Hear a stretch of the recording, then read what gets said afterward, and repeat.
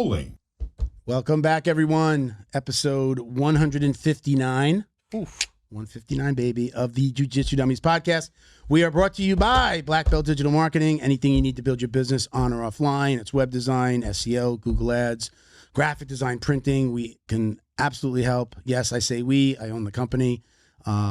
We can help you out with your MMA academy. We can help you out if you're a dentist, a doctor, an attorney. Basically, probably specialize in companies and industries that need local business, right? So you don't want to go like an hour for a root canal, right? Yeah. You want to find a local dentist, we can help. Check us out at Black Belt Digital Marketing on Instagram or our website, bbdigitalmarketing.com. Request a free review of your online presence today. My name is Milton Campus. I'm a black belt training out of Coral Springs, BJJ in Coral Springs, Florida. We got Christian behind the camera. Hey. Bo is not here today. Bo. We'll miss you. And Mr. Ben Stark. Me. Coach Ben Stark is joining us again today. Thank you for coming out, bro. Parking was a bitch. Oh, the worst. Yeah. So late. Christian, even though he's not going to admit it, he was late too. And he blamed it on the parking. It's very fashionable. Did you see where I parked? Did you see where? Yeah, you're right out front. If you get here between 11 and 11:30, plenty. There's like parking usually on this road, or you'll catch a spot. Okay. I think people start leaving for lunch around 11:30. Right? So spots open up. Otherwise, it's a nightmare. Yeah, I'm like in the next. We got to talk. Who can we talk to about this, Christian? I cursed your name when I saw your car up front. When I drove by. But I go, motherfucker. I curse Bo because Bo gets here usually at 11 for the 12 o'clock start time, and he's in that spot every time. I'm like, son of a bitch. But he's always there. What? Don't forget to like, comment, save, share, click the subscribe button, tell your friends about us, do all that stuff. We appreciate all the support. Joining us today is returning guest. Is this, I think this is number 3. We'll ask him in a second. We have Thomas Rozdzynski. He is the host of RõL Radio. I'll let him tell you guys a little bit more about himself, but let's bring in Thomas. Sir, how you guys doing? Professor, how are you? Great to see you guys again. Yes. Has it really been 3 times already? This is at least our 3rd time. I believe we did this twice. If the 4th one has to be in person. I agree. We absolutely need to tried do in person. Where are you based out of? Did we? And we want. It was once. Yes. Did we try? I think we got sick or something. I remember, but that's been it's been a minute. Yeah, I would love to have you. Good to see you guys back. Seems like you guys are doing well. Very, very cool to have you back. He's got great content as well. He's got some great guests on his podcast. Is it 3rd degree? 3rd degree black belt? Yes. So I didn't ask you. I didn't remember. Like I was counting the stripes on your belt in one of your pictures. I go, let me find the newest picture on your Instagram. So 3rd degree black belt. Thomas, once again, welcome. It's been a while, man. What's been going on? Busy. It seems like instead of slowing things down, things are picking up, and it gets busier and busier and busier. So, but in the good way, in the good way, like students in the academy, business is good, like that. Busy or like life no busy. Look, I mean, like we are all in this business to grow, to get better, to improve, and so busy is always a good sign. Yeah. At least from my perspective. Yeah. Are you? I'm always curious, and like again, I don't specialize in the MMA community, although we help. So I know that like I've had Chris Rodriguez from GoPro Agency. I think you work with GoPro still. You work with GoPro. Yeah. Do you work with like an MMA or martial arts specific marketing company, or do you guys do that yourself? We do everything in house. Yeah. Okay. Mm-hmm. You do a lot of social media as well. Do you have like somebody that records, and are you cutting stuff together? Or I know, do you still? There was a gentleman that was helping you with the podcast, like a co-host. Is he still with you? Yeah. So he's focusing more operational stuff in the academy right now. So I do podcast solo, but he does full all of the production for me. So he's behind the scenes. He kind of shifted in that direction. So the podcast, the dynamic of the podcast, shifted from a 3-way conversation to kind of 2-way conversation now. But Gary's still very involved. Without him, I would drown. Okay. He's very helpful hand around here, all around. He's my GM for the academy, so he does a lot of operational stuff. At the facility and with programming and all this stuff, and podcast is one of the little things that he does on the side. I have my, what do they call them? Gal Friday, right? Is that the old saying? Thomas, do you know what a Gal Friday is or a Guy Friday? No. I think I'm saying it right. It's like an old way of just saying like your right hand person. Yeah, you can look that up. Like Gal Friday, Guy Friday. Yeah. It's not like a term I use all the time, but I'm like, okay, you got two old bastards. It's not I got two old guys on the podcast. Maybe they would know. I think it's more, no offense. I think I might be the oldest. It's a grandpa thing. But anyway, so I'm lucky that with Black Belt Digital Marketing, my daughter, who's 31, I always say she's 31 because everybody thinks like, oh, it's got some 18-year-old like You running look marketing. so young. Your skin is fantastic. Thank you. So I have. So when I mentioned my daughter runs the production side, was like the delivery of the stuff our salespeople sell.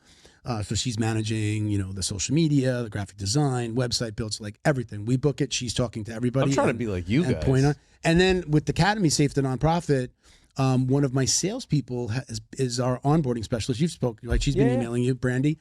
So Brandy helps out. So to your point, Thomas, I mean, I couldn't do this by my head would explode. And I've been very lucky that, it could have gone either way when you hire family. And my daughter is just like it's just like she's taken to it like a fish to water. And the same thing with Brandy. She's like become an amazing salesperson. And then to take on the task of helping us onboard on Academy Safe, getting people through the process has been really cool. That's great. So I've been very lucky because honestly, we've dropped to we would do 2 or 3 podcasts a month. So we've stuck with 3 for quite we've stuck with 2 for quite a while. I would love, they're yielding, they're benefiting. We get clients because we do our read. We get people signing up because they hear about Academy Safe. And then I was telling the guys when I came in, this is my favorite day of the week. Is like, for me, it's work, but it's the best work that I get to do all week. So 100%.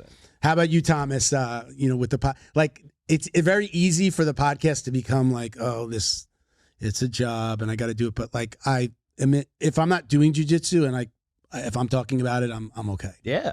What about you, Thomas? Well, the same thing. I mean, I think, again, my podcast started purely from boredness of the pandemic. So that's right. We were going nuts, right? Not doing anything, and that's how we started. And now I actually, few times there was a conversation: should we let go of the podcast? It's like this extra time and this and that. But like I can't. It's connecting with people and talking to so many great individuals and making relationships, making connections, and this is all what this is all about, right? Making friends. I mean, making networking, right? So, I was going to say the networking, the networking piece for me has been incredible. Like I network for a living. I actually belong to an organization. It's a networking organization called BNI, chapters all over the world. And there's one person that represents each industry and you meet every week and it's been amazing.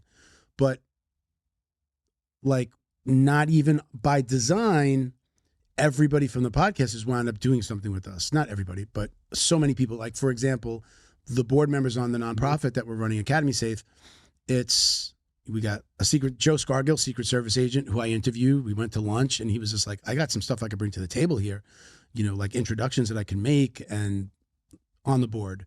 Paul Geller, litigation attorney, one of like the biggest firms in the country, has sued Meta, Facebook, Meta is back when it was Facebook, pharmaceutical industry, like won billions of dollars.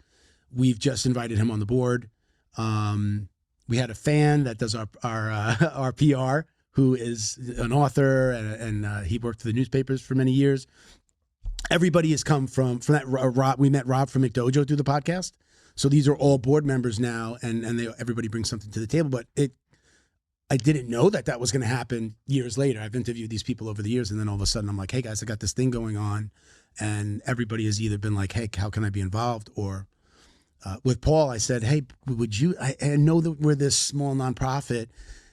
Would you be interested in being involved? And he said, Milton, I've been waiting for you to ask me. He's like, I almost asked you, but I didn't want to be presumptuous. And I'm just like, man, I wish you would have, because you bring a lot to the table. So it's expanding and it's doing really good. But everything has come from this thing that I didn't even know was this networking piece of essentially the business that, again, I'm just having fun talking about jiu-jitsu. That's all about surrounding yourself by people who are better than you, right? And allowing for the project to grow. I mean, that's everywhere all the time, right? Yeah. We can't do it. We can't do everything by ourselves. Let me just say that I know Ben is probably, how many jobs do you have? Oh, God. So I'm many. running 3 businesses, but Ben's got like 50 jobs. He's commentating. He's got the school. So I got he hand wraps. He's got I've a got a t-shirt martial company. arts school. I'm a commentator. I'm a professional cut man. I actually just received my first major production of a gauze and tape brand. My gauze is in. My tape will be in like a month. I didn't know if that was a thing I could do. I told you could promote cool. as long as we're not stepping on an existing sponsor. Okay. Like I'm apparel, like we're not the t-shirts. It doesn't conflict with Flow and Roll, so you're okay. I'm gonna start bringing stuff. I've told you before. Yeah, as long as it's not promote away. Awesome. I'm all Promote about that. away. Yeah. I'll send you the bill. No, I'm just kidding. Promote away, man. I love having you here, Sweet. and like to me, that's payment for you coming out. Yeah. Thank you. Anything we could help with. I can, we could do some pictures, like what we do. Awesome. But Tom, let me finish that. We'll continue the list of jobs: the gauze, the tape, the t-shirt company. T-shirt company. The gym is the big one. You're a gym owner. You know, the parents' night out, the community outreach, getting involved in the schools, education. I haven't become a partner in education yet. My daughter's not in kindergarten. What do you mean, like? Doing the school pickups and stuff like that?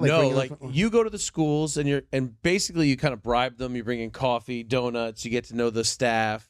You meet the principal. You meet some of the admin. They're like, hey, are you looking for after school programs? Okay. Maybe a PE teacher for the day. Just any way to get yourself in front of 120 kids in that day, and or set up a longer term after school. Then, hey guys, you had a good time? Yeah.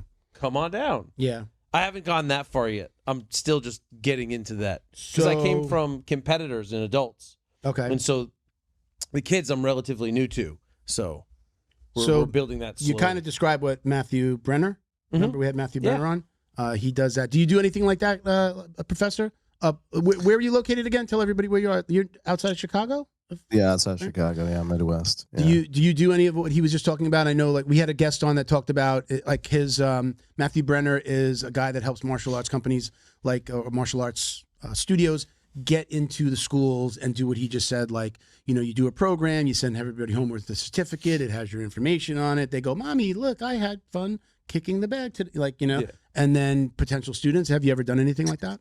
We've been very fortunate to have a pretty good and decent and size-wise response from kids, parents, and so on. Sure. So we haven't reached out to the schools in that capacity yet. Mm-hmm. I think we positioned ourselves pretty nicely where everybody comes in to the academy. So it's been pretty busy. Yeah. That's fantastic. We have 20 kids classes a week, I think. 20. Yeah. Monday through Friday? Monday to Saturday. Oh, Monday through Saturday. Okay. I know like some schools down here in Florida, they don't always do the kids classes on Fridays. And listen, some are bigger, some are bigger, some are smaller. But during the week, we have 90 kids in the facility at any given time. How big is your place? Because when I see you record, it looks pretty. 5,000. We have 5,000 square feet. It's like we have 2 mats. It's we the have 2 mats, perfect big and small. size for like a martial arts gym. In my opinion, you can do everything. You can have a full if you put walls in the middle, 5,000 square feet, you'd arguably have a full Muay Thai gym over there, a full jiu-jitsu room over there, and a full MMA room over there, and still have a storefront, bathrooms, locker rooms, and a front desk. Okay. 5,000 is awesome. Wow. Do you do anything else here than jiu-jitsu? No, we focus on jiu-jitsu. We have a striking presence, but that's not our bread and butter. I mean, we're very linear as far as what the business delivers, and we have fitness. We have TACFit. We provide fitness. I saw that on your Instagram. I was going to ask you about that. I saw at TACFit or So we provide all of these, but this is it's all inclusive. So we don't create different business models based on different needs. Is essentially you belong to RõL Academy and you have access to all of these things. And as we continue growing, more benefits you gain, more classes you gain. So So let's talk about the different. When I think about the Instagrams, I also think about I kind of look at them probably as individual businesses. So you have the gym, you have RõL Radio, the podcast, and then you have RõL Academy. You said, right? You have RõL Academy, where that's more that's the academy. stuff? That's our bread and butter. Yeah. Oh, that's the bread and butter. So I think the third one is it's RõL Academy, RõL Radio, and then we have RõL, and then we have RõL TV. Page. Go ahead, and then we have RõL TV, which is our online content. Okay, I knew there was another one. There you go. Yeah. So what do you put on a RõL TV? Is that like, are you doing shows? Or are you doing, because your podcast has its own channel, correct? Yeah, podcast is a separate channel, right? These are just essentially interview format, like what we're doing right now. Interview format conversations with different individuals all throughout the jiu-jitsu, and not only jiu-jitsu but mostly jiu-jitsu. But RõL TV is essentially a video library content. So we record all of our seminars in house that we have, and we've done this for 4 years now. You know, there's different instructors do different lessons, and so think about it as a subscription service for our internal students.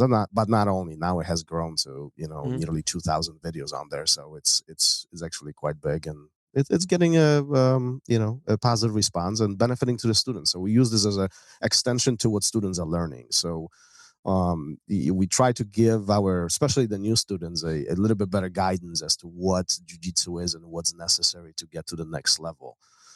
We think about it as, you can do a little bit of homework at home and you become much better, much faster. You can think about conceptually. You can review the things that you learned in a class, or you can watch the videos ahead of the class and see what's going to be in a class, so you're not going into the class with completely blinded, right? So it's all about how you increase the educational curve. Is it like an online curriculum that your students have and then can follow along with? So all of our curriculums are fully synced with RõL TV. So that's awesome. Ahead of each week, we send out communication to all of our students. This is what's going to be happening this week in each class, and they are linked to the specific videos on RõL TV. And again, all seminars or events or any type of jiu-jitsu related content is getting automatically feed into the library, and you can do this on demand. You can review it later. I mean, we've got a phenomenal feedback from, you have, I don't know, Robert Drysdale coming to this to do a seminar. You can't attend it, and you missed it. You freaking beating your head into the concrete because you missed the biggest name, and then boom, you can go online and you can watch it. So there's unquestionable benefits behind all of that. How long has your gym been open? And then, like, when did you adopt, like, I guess an on-staff videographer and editor to, I guess, compile and record everything? So we've been open 10 years. So actually the past December, we have celebrated 10th anniversary. So 10 years. And the video content started around pandemic. I think it was right before pandemic, but during pandemic, we really pushed the limits as far as filming of everything. So again, positive results of pandemic. There you go, right? What kind of difference did you see before producing like this volume or level of content, and then to like after? Like, how big of a shift did it have, I guess, within your academy and within your business? In terms of what? Like going from not having all of this published or public content that might be drawing in attention or online subscribers, versus once you brought on that videographer and, like, I guess, settled in and built some systems where you would be recording your classes, having them edited, presented, and then, I guess, categorized in a curriculum structure where you could use that with your people. I think it was more of our organic progress. So, like, before the video content, we put a lot of effort into systemizing everything and really putting curriculums in place and really making logic out of the curriculums, making an organic learning curve, meaning you're not a progressive curve, right? So, like, you're not jumping between different techniques and learning, random things. There is a logic behind every day, every class, and then as a consequence to it, every week it flows to flow. So when students is learning something that makes sense versus memorizing, alphabet in a sense, right? So once that was established, we start asking ourselves, well, let's communicate this ahead of time. So let's give students a little bit more knowledge of what they are walking into. So they are not walking into pitch dark room and they don't know what's going to happen. They might, understand that, oh, you're going to be working chokes today, or you're going to be working this. So the communications has begun. So those systems went in place. Then we start asking ourselves the questions, well, how can we make this better? So we start filming things. We film only the curriculum. So that became a small library of this is what's going to be shown. You can review this ahead and afterwards, And all of this sourced from the simple fact that myself and my instructors got a lot of questions every week. It's like, I forgot what this was. Like, I remember you were showing this and I don't remember what this hand went. So it to provide more transparency to all of this and saying, listen, you can benefit by yourself. Like, you can be independent in this. And you can really learn. You still need to come to the academy because that's the hands-on, that's the feel. You need to feel this, but you can really review things by yourself too. And you don't have to be dependent on coming and asking a question. And that's what the idea of filming became, and then we start building upon it. Seminars began, why don't we film seminars? What great idea. Why don't we, and we start doing that. And then we start building things like, we have a white belt must know. Is a simple core techniques that every white belt should know. Blue belt essentials and things of that nature. And just simply start building this system over the last 5 years that became this, quite comprehensive library now that, students are benefiting from. That I know for you, you're interested in like the timeline. And where you are in your timeline of doing some of these same things, right? Yeah, like I'm learning that like I did so much like just kind of on my own, not asking for help because I have my own complexes about asking for help. And in certain areas, I'm super behind. Like I've been recording things for almost the 9 years that I've been open, and I just post it, burn it because I need hard drive space. And instead, I should have been compiling, terabytes. First of all, use Google Drive, pay the $9.99 a month, and get your freaking don't throw. And I never throw anything away. So first of all, do that. Definitely, because that old stuff can just be reposted as like the old stuff, or like you can put it together in a montage and this and that. So don't ever get rid of anything. But I mean, I know. I'm telling. I guess nobody heard this. I think Thomas heard us talking about this. Maybe, like you're doing a good job. I mentioned to you several times now when you come into the podcast studio that like I'm watching your stuff. I'm the guy that's sharing it, putting in the stories, and I'm like, this is good stuff. Like you're on the right track, and it's getting better and better. You did something the other day. What was it like the logo that you put? That was like you did something where like it was like kind of like saying from a it was from a better fast food ingredients, restaurant, better pizza, Papa John's. I did better posture, better pounding, Papa John's. Yeah. So I mean, that's just clever. I was while we were talking, I went and looked at your Instagram, like the one where you show punching and then the elbow into the thigh. Yeah, 1.2 million views on that. Yeah, I'm telling, like you're on to something. I think, especially for the jiu-jitsu community, you're an MMA guy who's showing jiu-jitsu, and like people are going to follow you that do jiu-jitsu and that don't do any striking in their gym, but the striking that they're getting is from your stuff. Like you have to know that that's happening. Yeah. So you're going to get those numbers from not the guys that are in MMA, like they're probably watching too, but you definitely get a lot of interested people. Like I don't throw hands, so that's a cool tech. Like now, if I got into a fight, like it's a cool technique. So I, in my mind, as somebody who doesn't strike anymore for a really long time, like I'm interested in the striking stuff even more than the jiu-jitsu stuff. I'm like, I kind of know that move, and I still tell you like your stuff. The way you explain things is very clever, but I definitely like the the striking stuff. Hell yeah! By the way, Thomas, just so you know, we have tough alum. Yes, sir. Ultimate Fighter alum here. You didn't get onto the season, but they showed you on the show. I got into the elimination round, but didn't get in the house. Okay. Yeah. I saw some pictures you posted recently. So like when you were a young buck, you were a little, little svelte. A little svelte. Hey, So he's been around. He's been around. You've got don't tell my follow wife. him, MMA Coach Ben, man. Follow him. He's a great follow.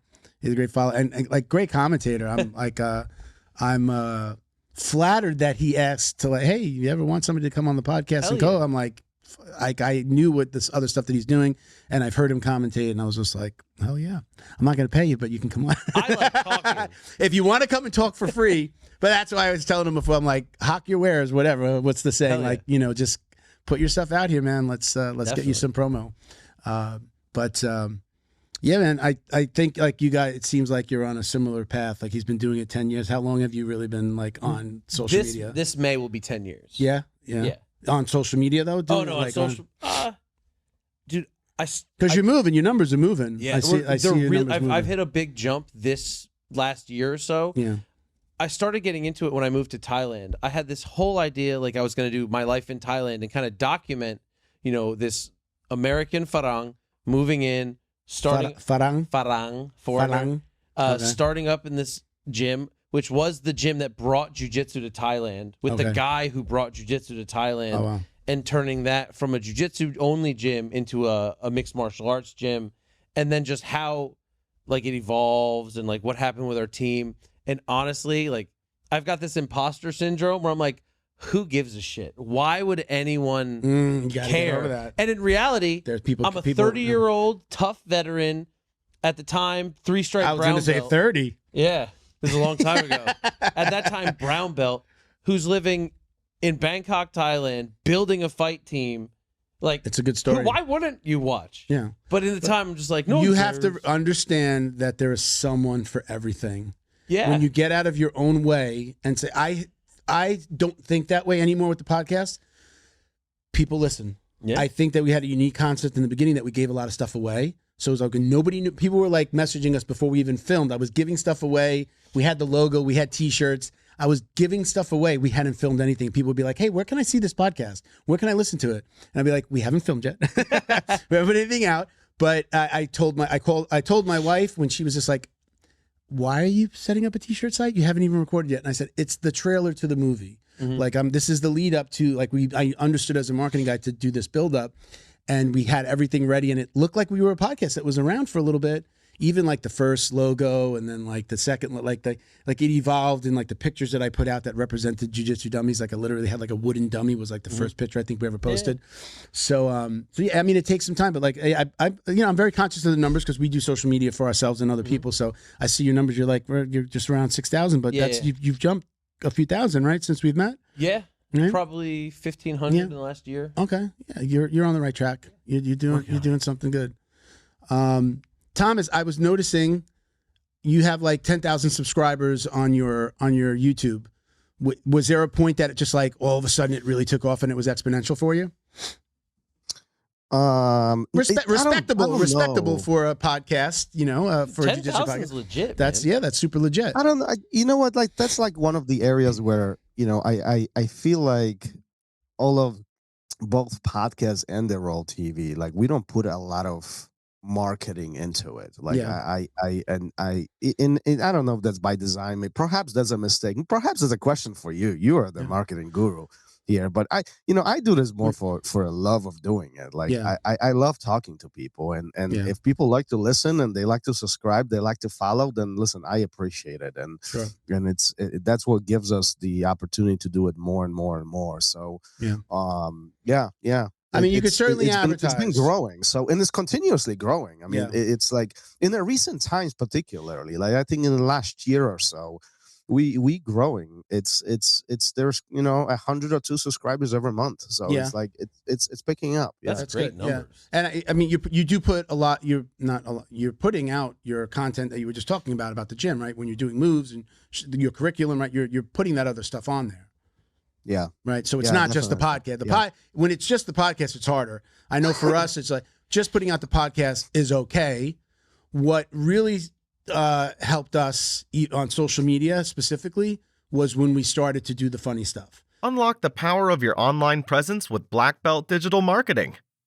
Their reputation management program ensures your Google business profile seen by more potential customers. Black Belt Digital Marketing is your full-service digital marketing agency specializing in local SEO and reputation management. Boost your business today. Visit bbdigitalmarketing.com. Your success is their priority. Miss your morning routine, BioPro.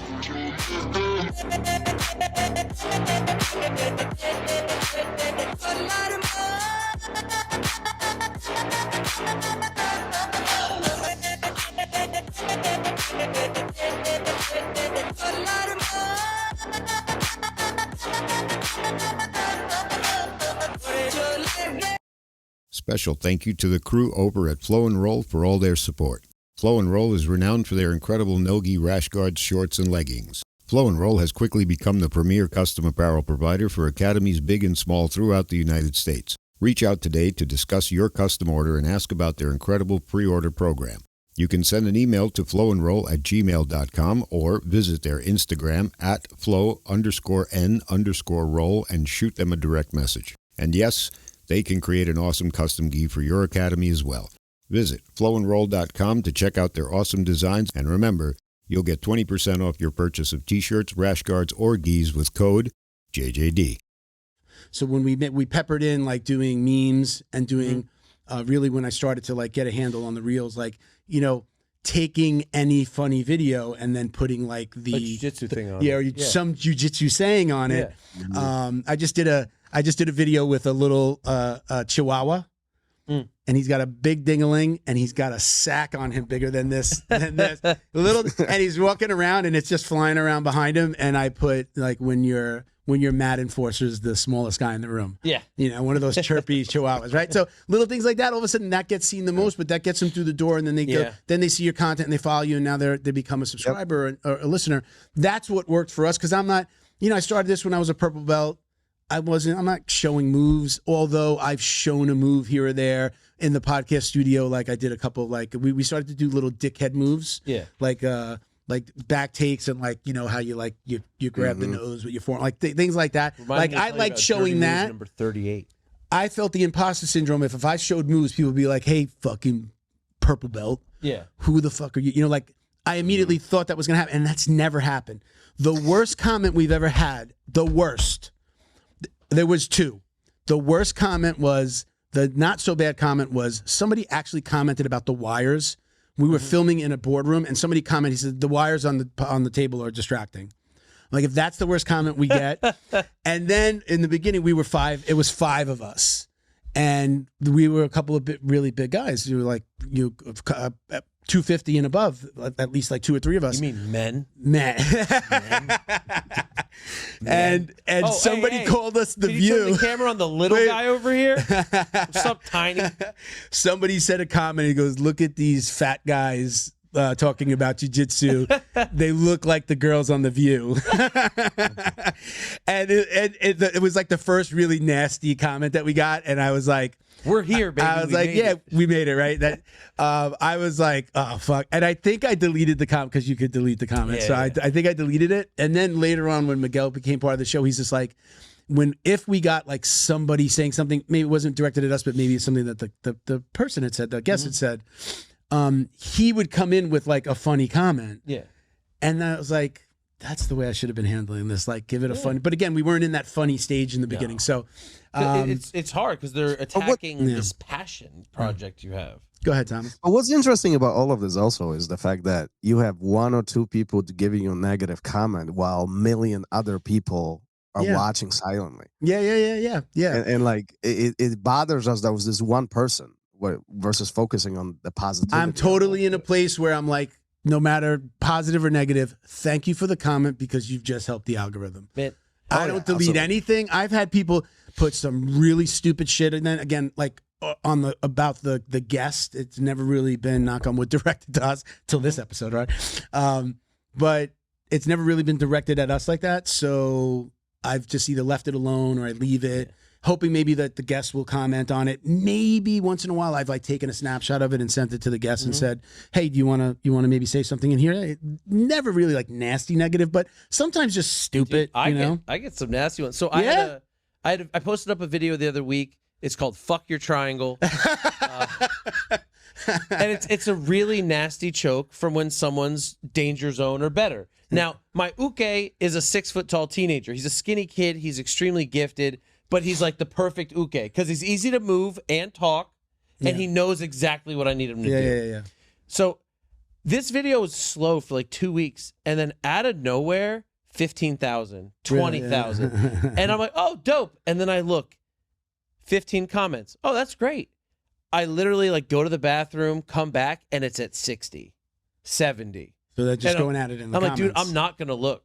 Because when I first looked, it was like, you can only beat up a little kid. This doesn't. We're like, oh, this isn't even going to be fun. And then I just saw 71, 72, and it ding, ding, ding, ding, ding. And I get like, people are arguing. Like, I'm let not him gonna go. look. I let it go. I don't jump into the fray. I'm not going to look because it's already a little abrasive of a video, and I know I'm just going to be getting shit on. So, Thomas, how do you handle that stuff? Do you positive or negative? Are you getting into the comments or are you posting ghost? I don't. I absolutely don't. Posting ghost is the dream. A lot of stuff that I don't even read them. Like, Yeah. Yeah, no. It's unfortunate. It would bother me, and it's unfortunate because I think people respond in a negative way more often than they respond in a positive way. Yeah. You gotta have a thick skin when you are in the public eye. You have to. Like that. It's not for everybody, and you have to get used to the fact that there are people who will benefit from this and they are silent, and you just gotta put your head down and keep doing what you're doing. Yeah. Or you can not feed the trolls. Like, just never respond to the trolls. Only respond to the positive or the engaging or the insightful, and just stay silent. So people gotta at some point realize, they're not gonna respond. It's like posting is like guys post the technique, whatever, jiu-jitsu technique or something, and you got, guys responding, somebody's responding in a negative way. They're a hero behind the keyboard. And yet it's like you have few hundred students at your academy and they appreciate everything you do. So it's like, which one are you going to fight? Like, why are we wasting time here? Yeah. For me, I did take, I used to listen to Rogan a lot more than I do now. And he was the one that was always like, posting ghost, don't get in the comments, don't do it to yourself. And I was just like, oh yeah, that's what I want to do. But I do see the benefit, again, as a marketer, keeping the conversation going is good. The listeners feel connected to you. And it helps the algorithm. I mean, that's just it, right? It helps the algorithm. So I think that's great, but it's like another job sometimes to keep up with it. Like, I will stop my workday 2 or 3 times, like throughout the day, there's 2 or 3 times that I just sit down with my phone or go walk the dog and I'm on the phone, and then I'm doing just my social media stuff, accepting collabs, posting, doing all that stuff. It's usually happening 3 different times a day. The last one's usually I'm laying in bed, getting ready to go to bed, and I'll check one last time. Yeah. But the commenting, I think, again, I don't really get a lot of negative stuff, so it's usually like, okay. With Academy Safe, now we get like, hey, there's a guy and there's a creeper in this gym. You should check them out. So then I'm like, okay, send it to Rob. We had one happen this week. I had to send it to Rob. Yeah. Rob's looking into it. Like a registered SCX offender. Yeah. So we had to, we're looking to do something. So, but posting ghosts is ideal. But if you're trying to build the social media, not everybody's trying to build the social media as a brand for something. Some people are just doing it for fun and it takes off. But posting and ghosting is ideal if you're just kind of like, I just like to post and it's for me. Yeah. If it's for a business, you do have to get in there or have somebody get in there. 100%. But the comical, I learned, again, shout out to Miguel, who was a co-host for a few years. He was the one that he would comment. He was always on social media. He would comment and I'd be like, I don't have to do anything with a funny comment or something self-deprecating, like, we are a bunch of, if you're going to comment on something on the Jiu Jitsu Dummies social media and call us idiots or dummies, like, it's in the fucking title, man. We was always, I'm the dummy. We are the dummies. In the beginning, it was me and a bunch of people we had one black belt. Everybody else was purple and below.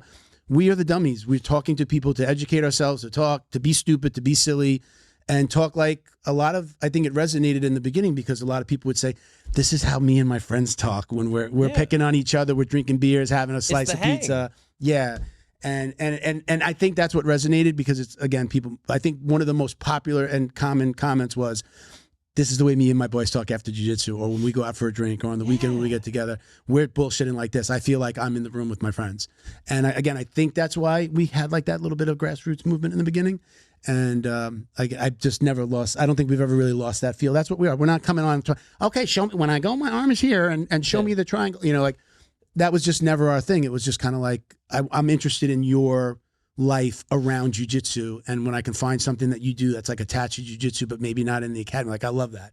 Like, again, with Ben, it's great to talk to Ben because he's commentating over here one week and he's got the raps channel, he's got the hand raps channel, like, he's doing all these different things that feeds my soul as somebody who's got a lot of things going on, to see somebody else doing that. Thomas, RõL Radio, you got the academy, you got the podcast, like, all the things you're doing, that like resonates with me. I want to know more, so it's not always It's not going to resonate with everybody, but I think, again, the people that listen to us, they're interested in the same things we are, So let me take this minute to let me do some shout outs. We waited a little bit longer than normal, so I'm just going to do a couple of our reads. Thomas, you bear with me for a few minutes, I thought we were already like deep in the show. Oh, we are. I've been, like I said, I've just been moving it around. So thank you to our friends over at RõL, producers of the best custom gi and no-gi gear in the business. Visit them on Instagram at flow_n_roll. Check out their custom designs they've created for academies and competitors across the country. Gym owners, stock up on your gis and no-gi kits at flowandroll.com today. Visit their website and get 20% off with code JJD. And we're doing a very special with Flow and Roll. You have to mention the podcast. Basically, they're going to give you, if you want to get a custom rash guard designed, they're going to give you, whatever your order is, have to be at least 25 pieces. They're going to give you 25% more rash guards on top of your order. So just in its easiest, just use a nice round number. If you buy 100 rash guards, you're getting 125 rash guards at the price of 100. You mentioned the podcast. It's only here. No one, you're not going to get it. No, you're not going. You have to mention the podcast every time you order. So if I make 5 orders, this is going to be this is like a one-time special. You'll get this is like on your first order. Okay, got it. Okay. No, sorry, I wasn't. Podcast exclusive. Your first order with Flow and Roll. Leo Optics. I got my brown ones on here today. I'm sorry, Leo Optics, that I don't remember all the names of they're all named. These are a little bit more like the bamboo wood look than the black ones that your wife stole from you. Yeah. Your wife stole them. I got to get you another pair. I always like to show, right? We got the little stripe there for black belts, right? What do they call that stripe? Does anybody know what they call that stripe on the belt? I recently found out that apparently it's supposed to be on one side or the other. You just found that out? I mean, I didn't know that was a thing. It's the left side. It's always the why? left side. There's Thomas. Do you know? I've heard of why. Do you know why the stripe is supposed to go on one side or the other? I do not know why. No. Do you wear the red stripe reasoning. on? Do you wear it on the same side all the time? Yeah, I do, but I don't know the reasoning behind it. Which side? I'm left. Left. I've heard because like back to the Japanese samurai warrior, that was where they had their knife, like their smallest knife. Like if you lost your sword in battle, whatever, that's where the smaller knife would have gone. Does that sound like a load of bullshit to anybody? I don't know. We got ChatGPT, baby. Look that up while I'm doing these reads. Check it out. For real, right? We'll find out. So Leo Optics, shout out. You're gonna get tons of comments on this that you're wrong. Oh yeah. Bring it on. Bring it on. I'm going to have Ben answer all the comments. Yeah, I'll do it. Leo Optics is the go-to brand for sunglasses and apparel featuring their unique bamboo sunglasses. I love these. This is the only sunglasses I wear. This one, and the only brand I wear. I've got a pair of black ones in the vehicle as well. Born in Southern California, their products embody the BJJ lifestyle that we all know and love. Visit leaooptics.com. It's LEAOOPTICS.com. Use code JJD for 10% off your order. They're also supporters of Academy Safe. You'll see their logo scroll on the sponsor supporter section. We really appreciate all the help that they've given us, getting the word out about the nonprofit, and we really appreciate them. So, shout out. You got an answer on that yet? So it says in judo they keep it on the left, and it is representative of the katana. They like to have consistency and uniformity, so you know exactly where to look to easily identify ranks. The influence of judo, as previously stated. Then there's apparently some superstitions. Some practitioners believe that tying the belt with the bar on the right side is a sign of inexperience or bad luck. Ooh. Though apparently it's a little more gym specific. I've actually, I notice it right away. If I tie my belt, I could be late to class on the mat, and I tie it and I put it on the wrong side. I'm like, take it. I will not. I will not go. I will not go out there without it on the left side. I've never thought about it in my life. But you're also not in the gi a ton. So is that when I keep in mind when I started. So I'm on my 10th year as a black belt. I first stepped on a mat at an American Top Team in 2001, and at this point in time, there was no lineup, there was no os, there was no bow-in. It was a wrestling room. It was like, guys, bring it in, practice. And the guys would circle up, and they'd be like, all right, we're going to warm up, jog it out. And there was none of that, weird BS stuff. Yeah. So, it was just kind of how I run my school. Yeah. To an extent, you can't just have total anarchy. Yeah, yeah. But yeah, I never came up with any of it. Thomas, how about you? How was it in the beginning? What did he just listed like us lineups, this, that? Yeah, I come from a stricter background. I come from old school Carlson Gracie. Yeah. So the Bulldogs, right? The Bulldog heads, right? Were you at Carlson's gym in Chicago? Oh yeah. Mm-hmm. Oh, okay, awesome. So Carlson trained my coaches. So like, yeah, it was like so when Carlson left Brazil, he left Laborio, Pahumpa, Bustamante, Zé Mario in charge in Brazil, and then Laborio moved up to American Top Team. Mm-hmm. Yeah, and he was running headquarters when I was coming up. Yeah, Laborio, great person. I had him on my podcast. Yeah. Was he look? Who do you think is responsible for some of these traditions? Is it the instructors or is it on the students to kind of? Okay, so the OS came from Andre Benkei, who was a strength and conditioning coach we had. He came from Kyokushin Karate, and he answered everybody with os, and then we started making fun of him by osing everything. And then it spread like fucking wildfire. I've been doing us since day one. Like once I got it, I was this must be 2006. I've brought it into my new gyms. I think like I just constantly say it. My last gym. I've moved not the gym I'm in now, but my last gym. It was we would line up and nobody said it, and he would usually like when we bow out, us. And then all of a sudden it just like picked up down the line, and then it was everybody. In my gym in Ost is kind of the same as like giving someone the bunny ears and like talking shit. Oh, in your gym? Yeah, it's a super non-serious like Ost. Yeah, like it's all with an eye roll. Oh no, no. I'm like that. To me, it's a little bit a sign of respect. Thomas, you. I don't. It was go back to the Carlson Gracie stuff though. You're saying you came from a super traditional school. Tell us more about that. Yeah, I mean it was old school. Everything was old school. The training was old school. I miss those times. It was a very different time. I mean, we're talking about 25 years ago. Oh, when you say old school, I hear tougher. Oh yeah, I hear it, right? Oh yeah. It was a lot less of the fluff. I remember days. I remember days when we got to the academy, we sparred for an hour and then we learned technique after that. So really? By the time you got to the technique, you were completely depleted. You didn't even think. Your brain didn't even work. Like, that's what I mean by old school. I mean, I remember 20 guys in that room and you're in the middle and literally 19 guys are rotating over you. Like that's what kind of training was, and it was very much so a mentality. If you can't stick around, you should leave. I'm bringing back Shark Tanks. You have inspired me. Oh yeah. Oh, Shark Tank was a common. I'm bringing them back. Shark Tank is the way we did our promotions at my last school.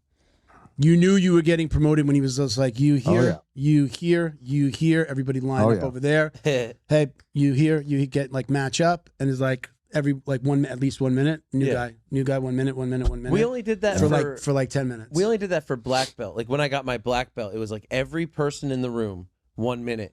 And since I was on the pro team, like the guys would come in for practice, 20, 30 minutes early, and they'd be like, oh, Ben's up, and they'd run to their car. So I ended up with 57 guys straight through, and I think 35 of them were black belts. Wow. It was rough. Give me your take on, I'd like your take, both of you, but Thomas, you first, the gauntlet. What do you guys think about the gauntlet when you get promoted and getting whipped with the belts?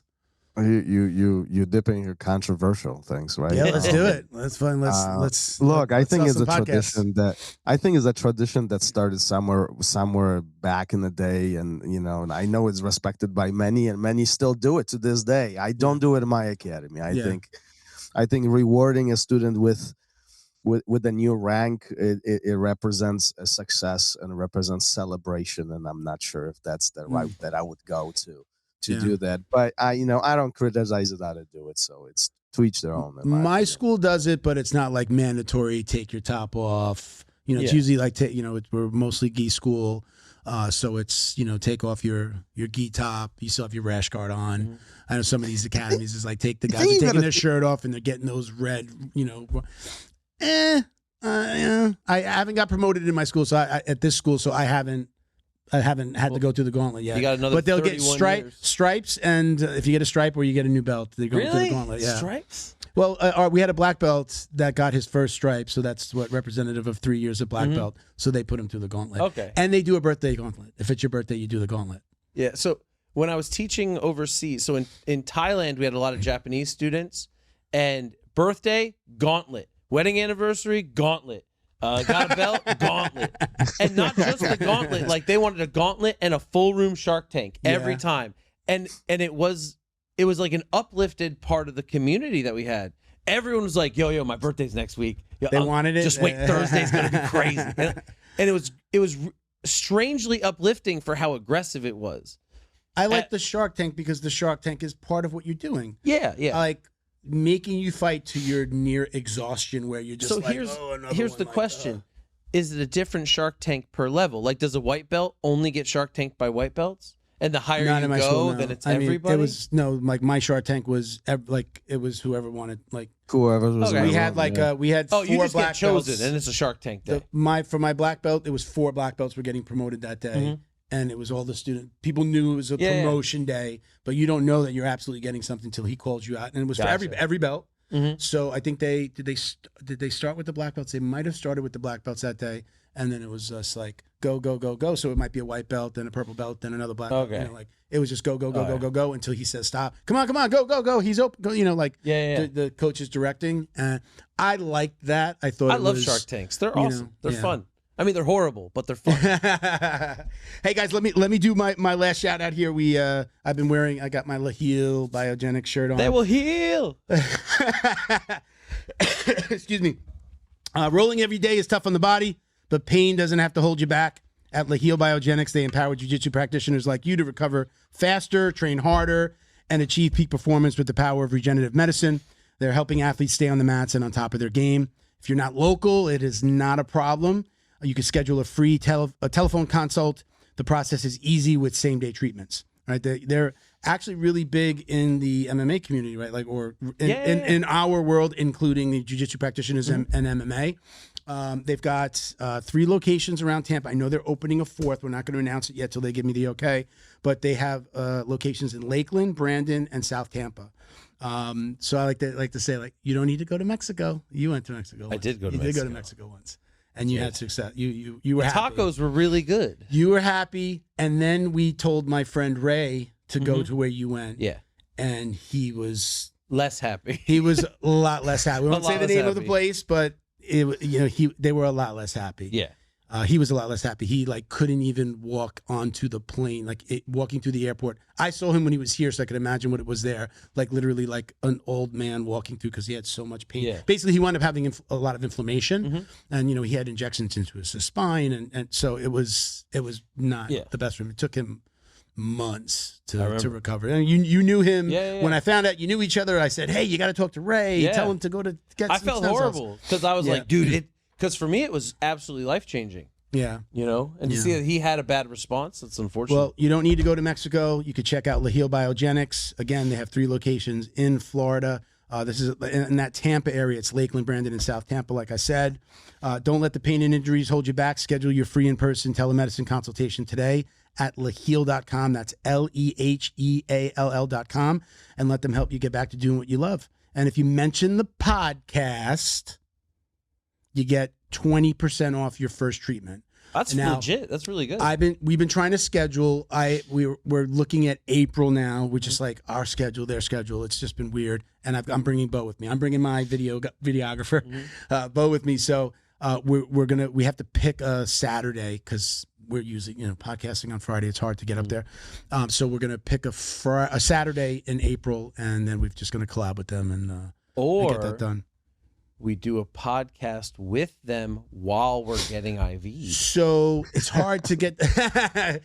I want Stacy and Nathan, the owners, to come down, and I think Stacy does. She's the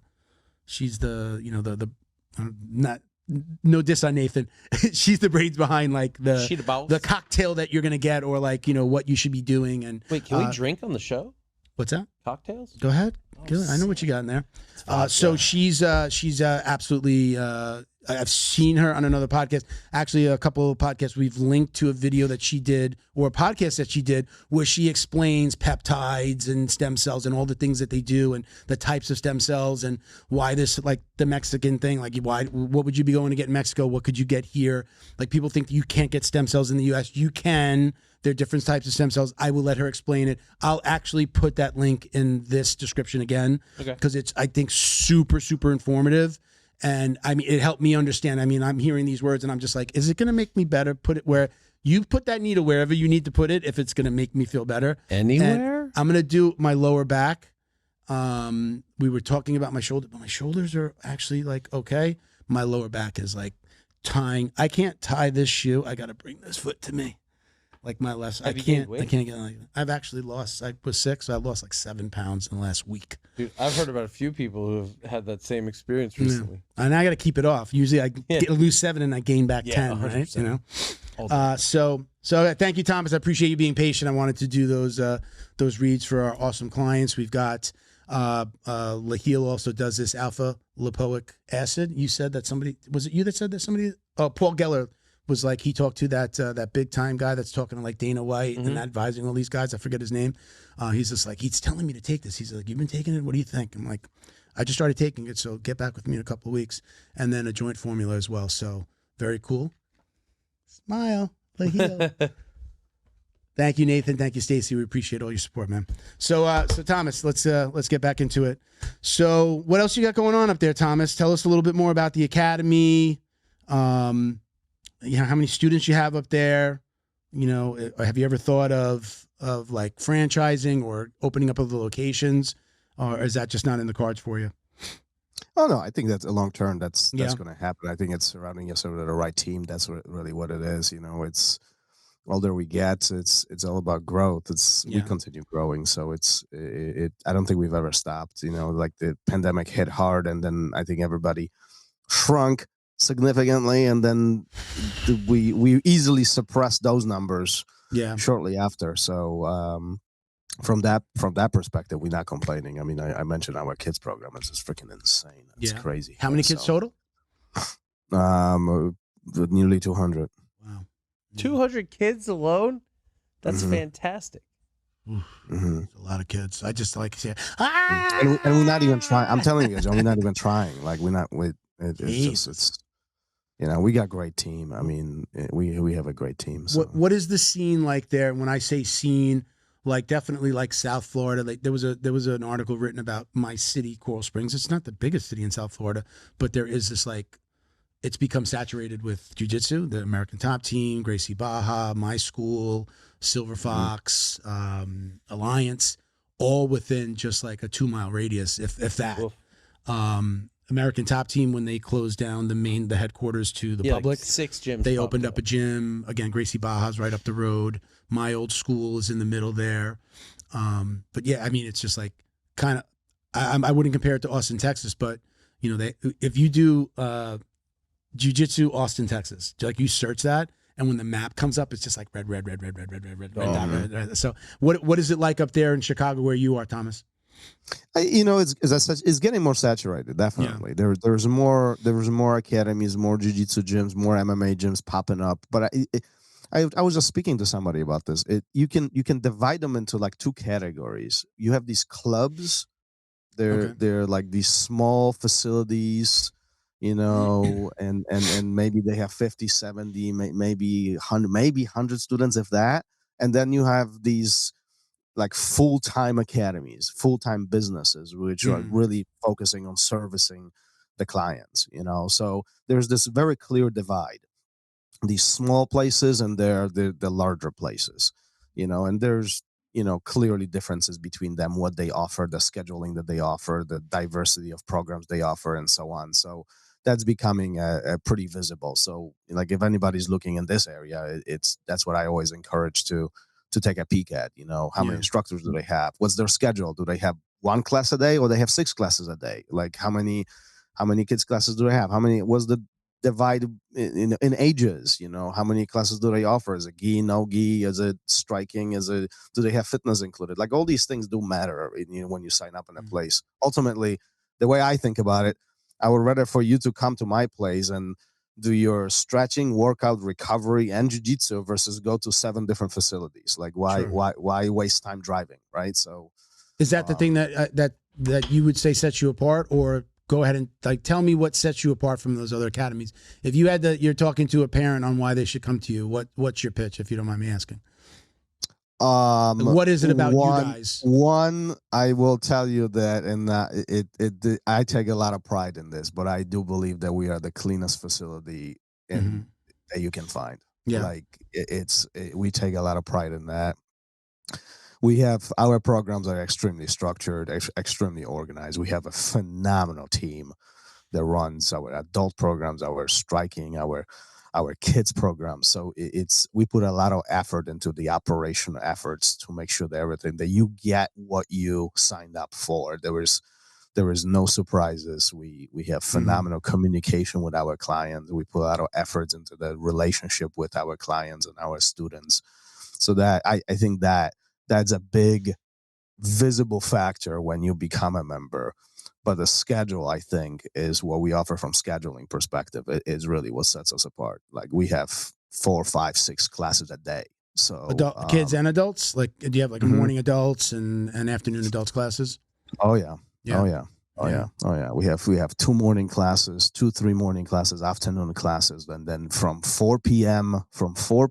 to 10 p.m. it's filled with classes, and sometimes we run 2 classes at the same time. So 500 square foot facility, you could do that.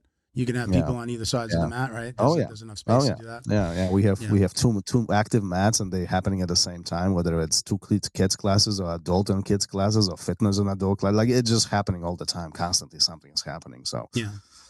What's the law enforcement community look like up there as it relates to jiu-jitsu and coming to train on their own? Are you seeing it? Like, in some of these other cities, we're seeing like, people are making that effort. Are they doing that up in Chicago? I think it's a private effort. It's a lot of I shouldn't say a lot. We see an uptick of police officers and law enforcement in general getting more interest into fitness, 1, but 2, also self-defense and just jiu-jitsu in general. I think that uptick is not enough. I think there should be way more police officers doing this. I think this should be mandatory for all police officers. That's my opinion. Without a doubt. And I don't come from any type of, military or police background. I just think that's the benefit to them, and those who do take upon themselves and start that journey, they don't regret it. Like it's endless stories of, I just used this saved me. This was useful to me. Like it's endless. And it's a shame that many don't. And but that's where we are right now. And I hope videos, as time goes on. Go ahead. I was gonna say, I think we all see the videos every day. I mean, at this point, if you're a jiu-jitsu practitioner, you're getting hit with a few cops getting beat up videos a day, right? Yeah, the fat guy with a taser. Tom DeBlas reposting, doing the voiceover. Henner doing the voiceovers. I keep on doing it. I want to see them, but it's a little nuts that you got the fat cop getting like somebody running away from the fat cop, or him, not being able to get the cuffs on somebody and then them running away. And then you see him like he can't even catch up. Like, I mean, you're seeing those just about every single day, right? Yeah. I'm not the only one. It's crazy that there aren't like continued PT requirements. Yeah. Like once they're in. My dad was a cop in New York. I asked him all the time, almost like refresh my memory. Like there was the only thing that he had to do was certify for his weapon every year, once a year. You had to go to the range. You had to shoot. You had to qualify. Even that's mind blowing. Yeah. Even that's mind blowing. Yeah. Once a year. Yeah. For just your weapon. Just no, your I know, just your but pistol, I'm just saying. Like, I would imagine that they should be shooting every week. There was that's the thing. There's not even a requirement to go shooting to go to the range. Yeah. But it was like you have to come in and test and show us that you're proficient with your weapon. But there was never a physical fitness continuing education requirement. You're talking about. He was on the job for 23 plus years. The academy was the only time he had to pass any type of physical fitness, and then it's nothing for 23 years. That's insanity. That is crazy. Now, I don't know if that's changed. I don't think it has. I don't think it has in New York City. Somebody,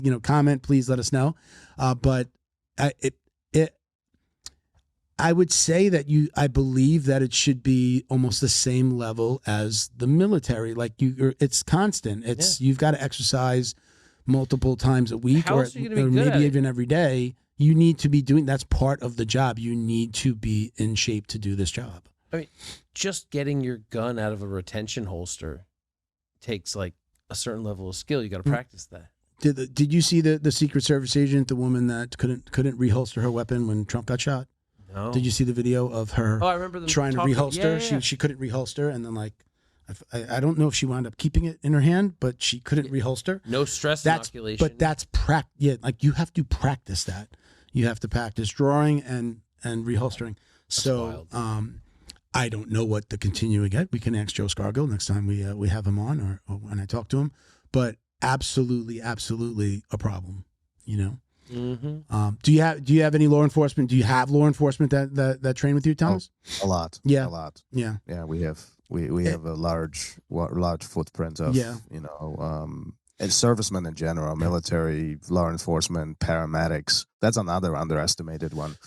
Yeah. The amount of conflict that paramedics get into is mind blowing. So up there, are the paramedics also fire? Like down here, a lot of the firefighters are the paramedics. Mm-hmm.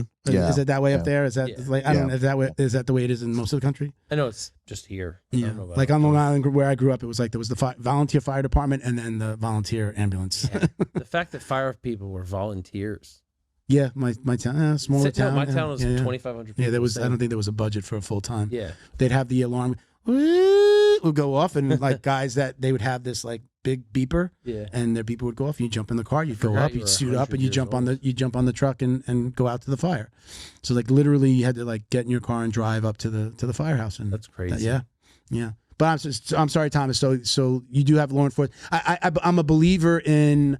Ever since my first academy, my coach was a former Marine and had PTSD issues. He would give away his classes, and he would give a free, not a free anything. He would give away class to any service member, active or veteran. They did not pay at the school, and it was very, very eye opening getting into jiu-jitsu in the beginning, and honestly seeing how much they needed this.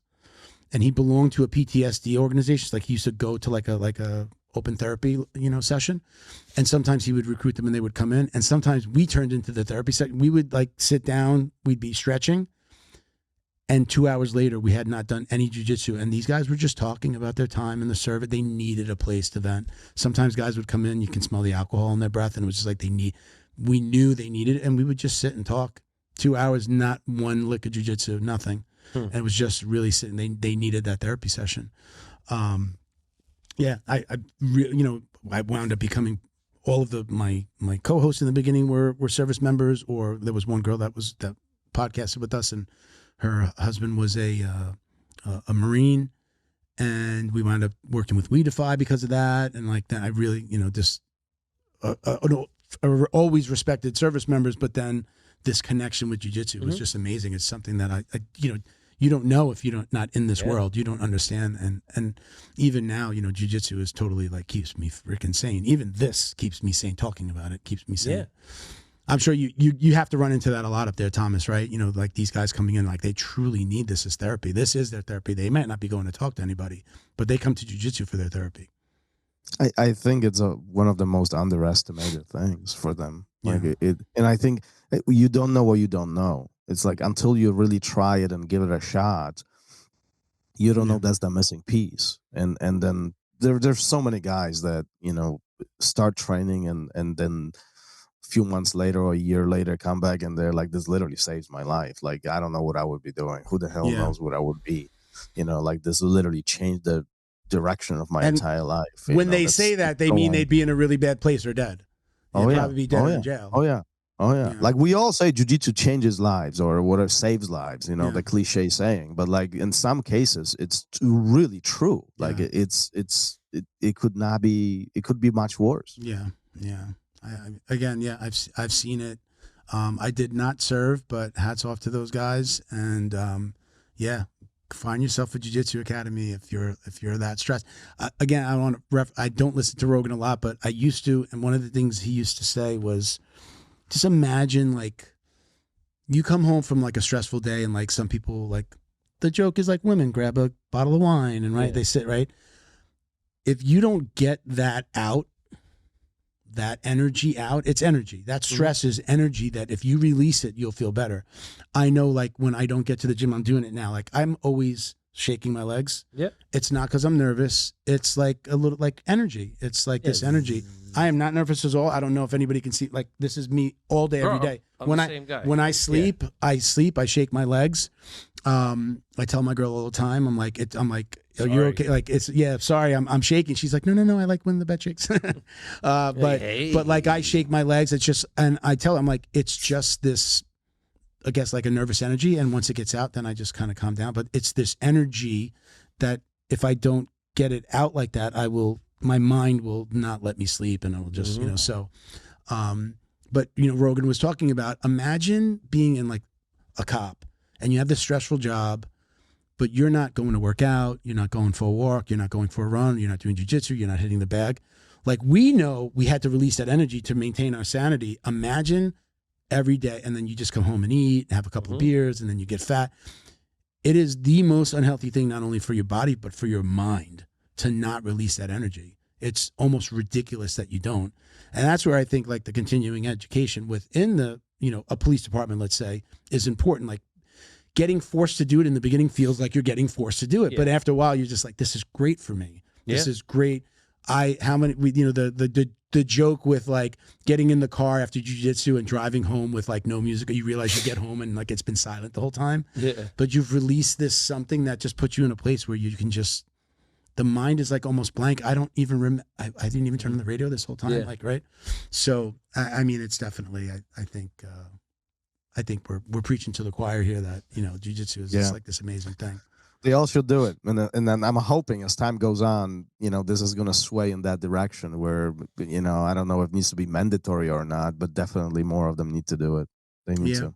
I mean, I think departments are adopting it more and more. I've seen a couple articles where there are departments that are like, you need to finish your blue belt by the time you get out of academy to be hired, or just to get finalized. I've only seen it 2 or 3 times. I'm going to say, well, you think about the amount of time in an academy, depending on where you go. I'll let Thomas answer this as well, but it could be, the average blue belt maybe has trained for at least 2 years in some cases. I think 2 years is very average. Yeah, right. Thomas? Yeah, I would agree. A year and a half to 2.5 years, somewhere there, depending on the person, how much they train and the skill they have and the age. All these are variables. But yeah, that's pretty common. I do, Ben, I've heard like the suggestion that anyone that's on the floor should at least have gotten through the blue belt curriculum at any given academy. Yeah. Like I've heard that getting to academy is going to be less than a year, so it's just like that's a short amount of time. Yeah. But then you got your probationary period when you're so maybe once you're off your probation, it kind of would make sense to just have that, or you have to get to it after a certain amount of time within the police department through your academy and through your probation. But I think that's a starting point. But we gotta look, if you're on the force for 20 plus years, right? I mean, like you train for a year, you get to your blue belt, and the remaining 19 years you don't do anything. Yeah. It's a perishable skill. So like, that's a starting point. I love hearing all of this, but like I think there is more to be done. All of that really needs to look. This is my theory. None of this will change until our generation gets to the leadership level. Yeah. And then they will start pushing it down. I've been doing this for 25 years. You need to start doing this too, because I see benefits of it. Because the guys who are in charge, and no disrespect to them, they might be great leaders, but they don't see the benefits of it. And what you don't know, you don't know. So this is a long process, and it will take many, many years, if not decades, for somebody to really, who has done this, who is a black belt. And now I think where we are, some of these guys are getting to the commanders or chiefs or level where they can make some of these decisions. And this is why we start seeing beginnings of the red tape being broken and some of these suggestions coming into play. And and some of these policies being changed. But let's be honest, there's a lot of red tape that this all needs to get through. So it's, you know, a lot. It has a lot to do with budget and getting sued, and like, you know, does that fall on us? Does it fall on you? Can you be sued privately because you learned something in an academy that you then use on the street? I get it, but I think that the amount of lawsuits would go down if less weapons are being pulled. You know, you're just, you know, getting people cuffed a little bit more quickly. You know how to work with a partner, you know, who goes high, who goes low, things like that. I like what Thomas, I really like what you just said there, that jiu-jitsu is a perishable skill. I've never heard anybody say that, but it sounds so obvious, right?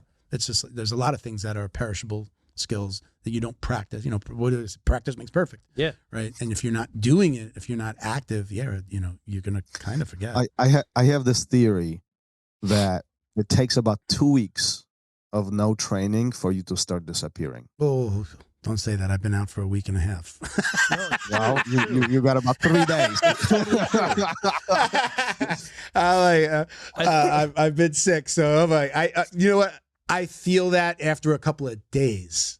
Yeah. No, like, but I feel like something weird, or that something that I normally do, a move I do. But go ahead. So you're itching, right? Yeah, but I think like that's my theory, and it hasn't been proven officially, but after about 2 weeks, your habits begin to change. Mm-hmm. After 3 weeks, you start changing those habits. After 4 weeks, new habits develop. And it's not that you don't love jiu-jitsu, because you can love jiu-jitsu forever, but you replace the time you were on the mats with something else. And this could be spending time with your kids. This could be reading a book, watching a show, having a beer, or whatever. But you replace that time. Once that time is replaced, it is very difficult to come back. 100%. The last time I was out for just a few days, work, life, you know, same excuse, you know, I've got all the excuses just like everybody else. Everybody's busy. My first RõL was with one of our academy's newest black belts. I'm not going to say his name. He is 6'4", about 250 pounds.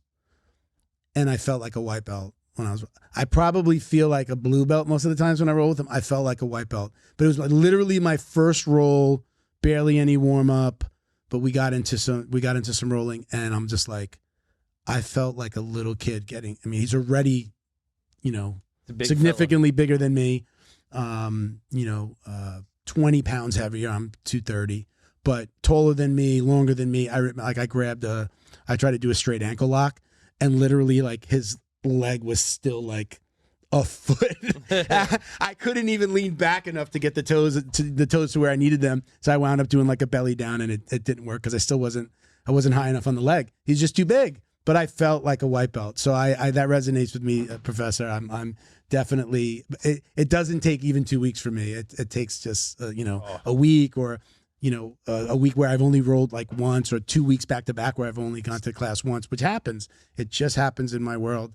And but it always feels good to go back. I mean, it does absolutely feel like home. That first little kiss of heroin. Yeah. Right, when you come back.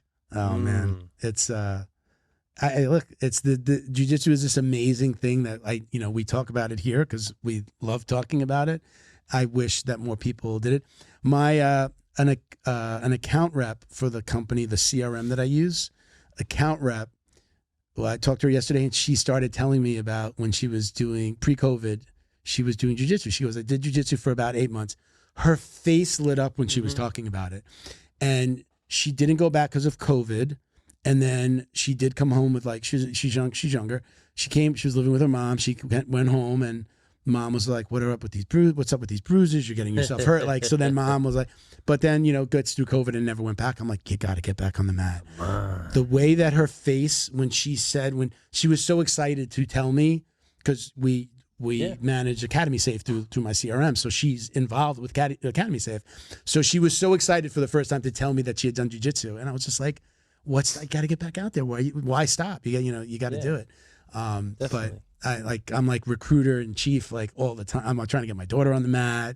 Brandy, Brandy's dated a few MMA guys. Yeah, she did interview MMA guys, so she knows the world. She was at the, Brandy was at the seminar in Coral Springs, so I'm trying to get her on the mat. I'm like anyone and everybody. I'm like the insurance salesman. Like you see me coming, it's just like jiu-jitsu. Jiu-jitsu? You want to talk about jiu-jitsu? You want to do jiu-jitsu? You want to see a video of me doing jiu-jitsu? Like I'm preaching it from every angle. I know, like my Thomas, you married? Yes. Kids? Yes. Your kids train? Oh yes, they do. Does your wife train? No, she doesn't. She doesn't ever. She's never trained. She's never has ever been on the mats a little bit. She has her. She's a runner. She's a triathlete. She does her own thing. Okay, and like a 7-stripe white belt or what? She got stripes down both sides of the white belt. Just. Yeah, my boys do train. Yeah. Okay. Yeah, my boys train. Yeah. Yeah. I'm always curious about that relationship when both people train. Like, do you roll together? Do you not roll together? Do you have I know my old school we were super famous for, you get the kids on the mat. Like he only advertised for kids. Mm-hmm. And then there was a great system for recruiting parents. And I can't even say it was a system. It was because it was a husband and wife team. And then they would just be like, look at us, husband, wife, our son is on the mat. You should do this. And it was just like this great recruiting tool. So it was like advertise for the kids. Parents are sitting there waiting for the class to be over. Recruit. And then the parents were on the mat. So literally like in the adults class, most of the time there was one or both parents training and their kids trained in the kids class right before them.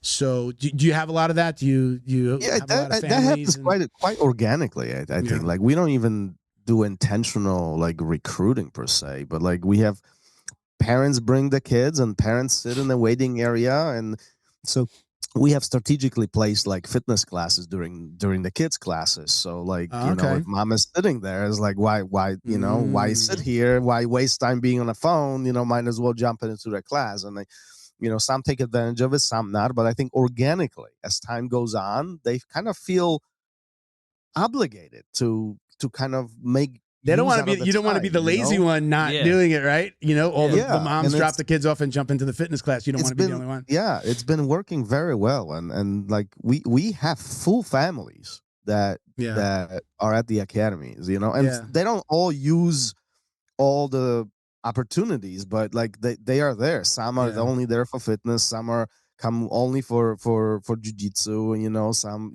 but they are full. Like we have few come to my mind where it's like literally family of 5 or 6 and they all here. So how old are your kids? 5 and 7 and I have 2 boys. So too early to know if they're going to be taking over the academy. But do they love it, or is there ever a battle? It's like get them to, hey, come on, time for class, or they're in it. It is, it always is because they are little. But look, my entire life is jiu-jitsu, so like I put a lot of effort not to push the jiu-jitsu onto them. Mm-hmm. It is something that they do. It's something that they are involved, but they are also great swimmers. They swim a lot. They also play soccer, or one of them does play soccer. So like there's other activities, but they're always going to be in jiu-jitsu. Is the swimming the mom's influence with being a triathlete? Yes. And I'm a swimmer too. So okay. That's I think swimming is a great skill to have. It's a life skill that everybody should have. So that's they swim and they do very well with that. But like jiu-jitsu is unnegotiable. They are going to do jiu-jitsu. It might not be professional, might not be competitive, but they will know jiu-jitsu in long term. I think it's going to be part of their life. So I'm not forcing it because they are surrounded by it every single day. So it is what it is. What's your advice on like the best age to start? Like I've heard 4 and 5, and some people would say 6. That 4 is too early, 6 is better. What's your take on that when they get started? I think it depends on the child. That's where it boils down to. I've had some 4-year-olds that will talk politics with you, and I've had some literally 11-year-olds that cannot hold a conversation. So like, I think that all boils down. But I do think sooner you start them, easier it is for them. Yeah. So we have some literally like 4-year-olds, very young little 4-year-olds that started with us, and now they are 7, 8, and they are beasts. I mean, they are monsters. Yeah. Monsters. They are just vicious human beings, you know? and it's so refreshing to see that, because they've had 3-4 years of that grappling body to body contact, and they are used to that. There is no anxiety, there's no panic. They can scrap, and it's good. That the skill will go. The skill will grow with time. What often kids don't have is the ability to rationalize in these compromise decisions when somebody's on top of you. Yeah. And like that, getting used to that sometimes takes time. Kids no-gi jiu-jitsu is like some of my favorite. Those are some of my favorite matches to watch. Fight to wins, local tournaments. Like these little kids just like getting after it, like just moving so quickly, and having at 10, 12 years old, having such awareness of your body and where you are, and learning leverage, and it's this amazing. I guess it's kind of feels like at that age, I don't know if they really truly comprehend it, but that's the invisible jiu-jitsu. It's the muscle memory. You've done it so much that you just know how to do it. But some of the kids, I mean, we have down here, and I think there are 2 gyms down here in South Florida that are really, really responsible for the way the kids have taken off down here. It's Wagner's, the RMA, and Team Alpha Male. Not Team Alpha Male. Team Miami Alpha. Miami. Team Alpha Miami. I'm sorry. Yeah, the Sains family, right? They are very much putting out a bunch of kids, and there's some of the old fight sports that left fight sports and opened their own academies. AIM. AIM in South Florida. Oh, A&M? No, not A&M. That's true. AIM. That's just AIM. I forget what the acronym is for, but AIM is Art and Motion. Oh, okay. Art and Motion. AIM. I know them even more because RõL does their stuff, so I'm always seeing their stuff. But like those academies are like probably those 3. Maybe there's a few others are responsible for the kids jiu-jitsu down here in South Florida. Like those kids are animals. Yeah. And VRMA and Team Alpha, what is it again? Team Alpha Miami. Team Alpha Miami. They hate each other. They got into it. The teams got into a scrap. The kids and the adults got into a scrap at a fight to win one time. It was sad to see, but that's how intense the kids jiu-jitsu is down here. They got into it over a kids match. It's been a while. I've had a few encounters with the Team Alpha Miami kids. They had a kid who won like youth pans and youth worlds, and at a local got matched up with one of my kids, and my kid won. And bro, that kid did not react well. Yeah, that happens as well. I mean, but that's where the coaching comes into play, right? I don't think you've got to coach them on the art, and you're responsible for coaching them on how to act at an event and when you lose, and that's part of this game. And oftentimes the coaching, I mean, the coaches are contributors here too, right? Or parents. Yeah. I mean, how many times have you been into a tournament or an event where a parent is losing their shit because the child is not performing the way they should, Yeah, there's a little kid putting out some cool content. I'll share it. There's a little kid that he's putting out content that's very much like talking to the parents, like, don't do this, parents. Don't if you don't do jiu-jitsu, don't coach. If you're a parent, if you don't do jiu-jitsu, don't coach. And he's he's like a little champ in his area, I guess. And he's done a few things like that with it's cute content. He's probably got to be like 7, 8 years old. But yeah, that is funny when you do see somebody that like go for the arm, like sweep the leg, Johnny. Break it. They're 4. Break it. Do you guys compete a lot up there? What's the tournament situation like up there? Down here, you can't throw a rock without hitting a tournament. We off season now. I mean, during the off. There's an off season to tournaments. There's off season. I mean, there's not down here. Season, yeah. Really? Like December through February, March. It's gonna pick up now. It's gonna start because you guys have a winter. We had our winter just overnight. It dropped below 58 overnight. Yeah. Yeah. You want to know what the temperature here is? It's like -2 right now. Is it really? So. Yeah, dude. Okay, that's why you have an off season. Okay, yeah, down But here. yeah, during the season, like during the spring, summer, fall, it's like every other week here in Chicago. So it's you got to be selective. It is year. I mean, it's year round down here. Arte Suave, Just King is still doing stuff. It got a ton easier New with breed. smooth comp, but now it seems like a bunch of the tournaments are getting off smooth comp. There's So there another isn't one out there. Is it? Because I know that there's another one. I don't remember the name, but I don't there's know. another competition software. I hope, because what I'm seeing, like for us, like Port St. Lucie March 1st, and then nothing until April 19th, March 1st. and that's a super long period okay. of time. It's a month and a half. Okay. Yeah. Yeah. Again, you can't throw a rock without hitting a tournament down here. It's like there's always something going on. I'd Now like there's them to be some closer to there's my some gym, there's some new concepts down here. I'm not going to say the name of the gym, but there's some new like open mat every day with prizes. I'm interested to see where it goes, but I'll tell you off air the name. Okay. But it's some interesting. We've actually had one of the coaches on the show. He's just I think he's an employee of the business. He's not an owner, but interesting concept. I'm not sure how many people you're like. How you're gonna like on a Tuesday. You're going to have enough competitors to be doing cash prizes and essentially like an in-house tournament, I guess it is. But interesting concept. There's, there's new ideas all the time. So, hey, Professor, let's do, we haven't done this in a while. I don't know if we did it on the last one, but I'm sure there are a lot of people listening that haven't heard you do The drill down. Yay, sound effects in place. Sound effects here, Bo. So you remember what this is, right? We have like kind of our core questions that we get from like most, like listeners most of the time. So we're going to go down this list, right? So we have preference, gi or no gi? Gi. Takedown or pull guard? Takedown. Okay. Favorite submission? Triangle choke. This is one of my favorite questions. Oh, music during rolling, yes or no? Yes. So you're instructing. I would guess that the music's off. Okay, time to roll. You throwing something on. What's the go-to? Yep. Probably, if it's me running it, probably alternative or rock, something along those lines. Yes. So you let other people. Well, I guess if there's a coach and you're not coaching that class, they're obviously allowed to pick. What yeah, and sometimes the selection is very interesting.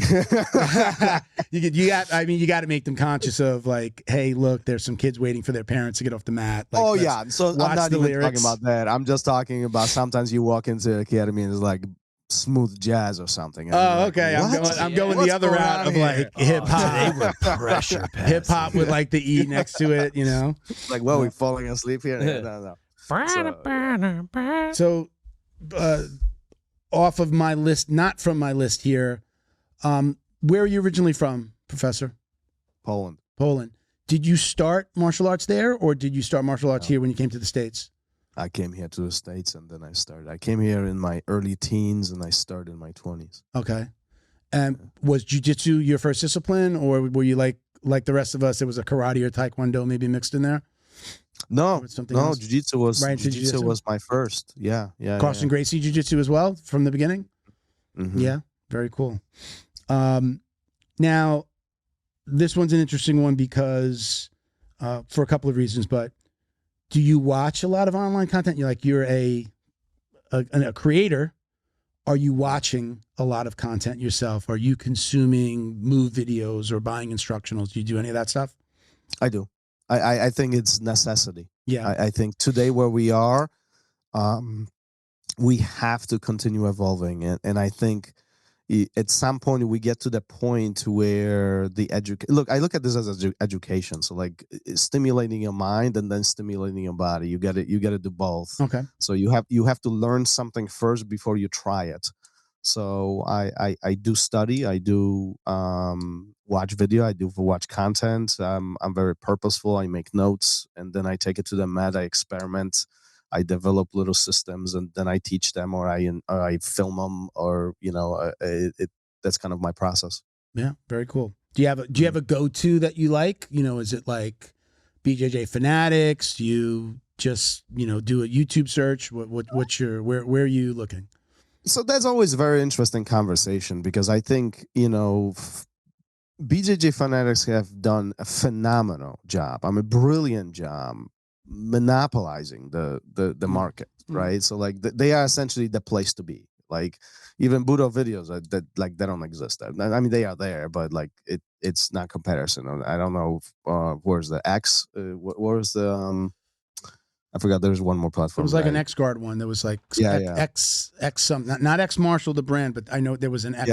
Yeah. So anyhow, so there was a few smaller ones, but BJJ Finance, but they're definitely the most accessible one, and it's really not expensive if you need something. If you're patient with the sales and other things, like you can get it, they're cheap, But then I think YouTube is underestimated too. It's just the problem with YouTube is that it's so disorganized, and like I always use the pink bunny analogy. Is like you're looking for a triangle choke, and then 3 minutes later you're looking at sunsets, freaking pink bunnies jumping across your screen because you got distracted with something else, So like that's the problem. But if you know what to look for and you know how to look for things, YouTube is a phenomenal platform where you can really learn things for free. So I highly recommend Grappler's Guide. Grappler's Guide is that's old school. Jason Scully. Jason, he's still putting stuff out. Jason Scully, though, I mean, I think he was the first one, wasn't he? He's an OG of that. That instructional like him stuff. and Stephen Castling, right? I give him a lot of credit. I still watch the old videos today. If you just go on YouTube, you'll see 56, arm locks in 5 minutes, 76 leg this and that's in 8 minutes, 12 minutes. I throw those on. I used to throw them on before weekend open mats, but I don't do many open mats on the weekend anymore. But I used to throw it on, coffee and a banana, sit and watch, and just, be getting ready, grabbing my gear, and have it on the background. And I would like catch something new. For me, it was like, oh, I'm always in that position. Oh, that just gave me a good idea. And as I learned more, I could pull more from the videos. And I still do that. If I might be learning something in the academy, we're drilling something, and I'm like, I got to go back into the mental filing cabinet. Maybe they've asked me to show my favorite move, and it makes me think, watching all those moves back to back, oh, I'm always there. Oh, shit, I forgot that was there. Okay, I'm going to practice that. Or maybe that's the thing that I might teach that day. So I really love his stuff. The beauty of his stuff, he's got a lot of the same names that have done BJJ Fanatics videos and that still do BJJ Fanatics, and they do that. It's a one-time charge. I joined at $99. One-time charge, lifetime membership, $99. I beat you. I joined for $49. Oh yeah, I know it was $79 when I first learned about him. But I've purchased one BJJ Fanatics video in my life, Marcelo Garcia's North-South choke, which he just won, and he used to win one. But that was the only one I bought a few years ago. Did you see that lockdown break he used? That lock pick? To kill I didn't see. I only saw the. Oh, that's so pretty. The recap on IG. I haven't seen the whole match. Oh, me neither. But I just watched a little breakdown on how he was killing the lockdown of Imanari, and I was like, never thought of that. It's so good. He's amazing. It was nice to see, especially after the stomach cancer and coming back. Couldn't be a nicer guy. Grappler's Guide. I know he's got other ones like Striker's Guide and Leg Lock, something or other. I forget exactly. Maybe it's Leg Lock Guide. But great. And again, that just one time, and there are old Craig Jones videos on there. There are like high level guys that are doing BJJ Fanatics now that weren't doing it then, and some that have been doing that and this. So tons of content. I believe he's even doing something where they can help with a curriculum for your academy. I'm almost sure. I remember he had a big screen up on the last time we interviewed him. I said, "What does that say there?" It says curriculum, and we started talking about it. So, definitely one of my favorite. I've interviewed him twice, and I did join after the first interview. Thomas, what would you be doing if you hadn't have found martial arts? Did you have anything that you grew up being passionate about that would have turned into a career for you? Oh my goodness, I'd probably be, I don't know. Well, I would be in IT. I mean, that was my previous life. Yeah. I would be in technology probably and continuing my career. I mean, that's what I was doing before I officially converted to running my own academy. So that's why you're so comfortable in this world, and I know, right? I mean, right? You're the technology. Yeah. I'll tell you the skills that I learned in corporate life and in technology, and it really helped with operations. 100%. Running the business. Yeah, for sure. Definitely. That's great. Ultimate goal. This is always a hard one for people, and I'm not sure that I understand why. But I say, what is your ultimate goal in the world of jiu-jitsu or martial arts? And I add on, like, what would you want your legacy to be? My legacy would be for my kids to think I'm a good father. Okay, that's my legacy. Okay, everything else is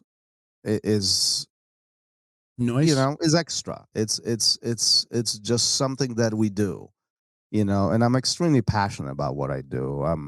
I love all of my students, but the reality is that at some point I will have to hand it off to somebody else. I will have to pass the baton.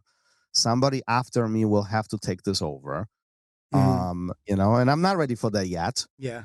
But at some point that will happen, and where this continues on, it will be up to them. So my job right now is to continue building the team, continue building the community, continue making impact on, hundreds of people here locally and, tens of thousands online and all the other stuff, making a dent, making an impact, showing how amazing this jiu-jitsu is, but at the end of the day, I think there's one certain thing in life that we all expire, and we got to pass it on. And really everybody else will forget about us besides our kids. And so my legacy is to make sure that my boys, think I'm a good dad. Nice. As a father who has his daughter working with him, and the idea is she understands is for her to take over the marketing business, there's no better feeling. It feels amazing. She was a teacher. She worked 5 years as a teacher. She hated it. She's like, the kids are horrible. The parents are even worse. She's like, the kid, like, everyone's entitled and iPhones and all, it's crazy. And she left and came to work for me. And she, again, now is pretty much running the production side. It is a great feeling when she's in Virginia, I'm in South Florida. So we get on a video chat most days. At some point, I'm seeing her face. Amazing feeling, even from here, to see her every day. As an adult, to see your kid every day. But it is an amazing feeling that somebody's kind of like bought into the family business. So I do love it. I wish that for you. I hope that your kids want to like take over the academy and continue on that legacy. It's not a bad thing if they don't, but it is certainly a really good feeling when they do. Yeah. So let's get to, I consider this the most important question in jiu-jitsu, period. Do you or do you not, Professor, wash your jiu-jitsu belt? Oh, we used to do this on my podcast too. It's the most important one. I mean, that's what everybody's been waiting for. They fast forwarded it to this point to see if the guests. All right, so here's the truth. It probably took me almost 2 decades to wash my belt, but now I do, and okay. I don't do it frequently. But I do once in a while. I do wash my belt when it gets all gross and all stinky. When it smells, I do have to wash it. So yes, I will admit to that. Very good. Yes. That's good. Coach, you want to chime in on this one? I know you're not what the belt question. No. You're in the gi. I'm like him. I wash my belt like whenever I have enough gis. Like I rent gis at my gym for people who don't have them. So if I have enough of a load, that I got to tie it with a belt. All right, that's when my belt gets washed. It's every couple weeks. Nothing crazy. I know my count since I got my black belt a year ago was December. Right, 1 year this past December. I washed my belt 3 times. I know that because I didn't wash it for like 9 months at all. I was like, I'm like, this is different. I want this one to last a lot longer, Mm-hmm. But I'm not so like tied to it. I just, it is what it is. I just wash it. But I spray Neutral Zone. I spray it with Neutral Zone, like a body spray that you can, spray to get rid of the yuckies and after I train. So I hang it up in the bath on a shower rod, and I spray it with either neutral zone, and once in a while I'll mix it in with it's kind of whichever bottle's closest. I'm going to do some Lysol. So I do that, and I have a bag that I put my gear in. It's called a stinky bag, literally made for like putting clothes like this, and you could throw the whole bag. You take it, it's in a mesh bag, and it pops out the bottom. You can throw the whole thing in the wash. I do take everything out of it, but if I use that, I spray that a couple of times before I wash that. If I'm not throwing the bag in the wash, so I post COVID, it's kind of hard to not, knowing what happened, regardless of where you stand on it. It's just kind of, I think it changed a lot of minds. Like, well, just throw it in the wash. Yeah, just clean that thing up. All right, I have a couple of shout outs. Do you have many people? I gotta ask you. Do you have many people who don't? Oh God. I had when I interviewed Wagner when we were in the Miami I would studio. expect him not to. He was sitting. He was. I had a co-host here, me, Wagner, and his wife. So I'm sitting pretty much like this far away from Wagner, and he turned to me, and I'm like, he was just like, "What this fucking idiot talking about washing your belt? You don't wash your belt." But it was the first time that anybody ever said anything to me that I understood it from maybe a coach's perspective. It was one of the more intelligent reasons. Was if you're washing your belt, you're wearing it and you're discoloring it to fool your coach into making it look you train more. Like that was like, he says that's the old school way of like beating it up by throwing it in the wash to make it look like you've been training more than you actually have. So if there was anything out there that anybody ever said to me that made a little bit of sense from a coach's perspective, I said, okay, I understand that. But I mean, my coaches all like, we were relatively small schools. They knew if I was there or not. And this is pre like check in, clock in, think something electronic, key fob or anything like that. It was like, I was my coach's first student. So it was like I got my blue belt in 7 months, but I was training 6 days a week, 2 to 3 hours a day with a black belt, like one-on-one forever. And, it's like, okay, you get through it a little bit faster. That is a different experience. He knew how much training I was doing. It's like the average person goes, 2 to 3 days a week? And I'm training 6 days a week, going to open mats with him and to his friends' academies. Like I bought in. My girlfriend, who became my wife at the time, was just like, really? 6 days of jiu-jitsu? Like, this is ridiculous. I was spending no time with her. You're like, and it became a problem. Yeah, and I was just like, if I wasn't doing jiu-jitsu, I was watching jiu-jitsu. And like I was watching videos and YouTubes and Grappler's Guide and all that shit. So it was a problem. I was addicted, baby. Yeah, yeah. So guys, we're going to wrap it up. Unlock the power of your online presence with Black Belt Digital Marketing.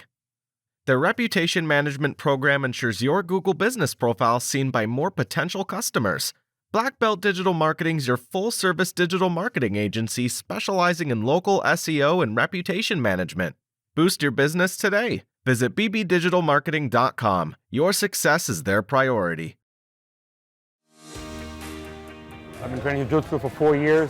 In 4 years, I got hurt 6 times. I received stem cell injections in my wrists, elbows, shoulders, both knees, and I got stem cells recently injected in my left index finger. After a week and a half, I was right back at it, going the way I like to go at it. At Lehil Biogenics, they're friendly, they're patient, they answer all the questions you might have. Educate yourself. Call Lehil, ask about stem cells, and see where it takes you.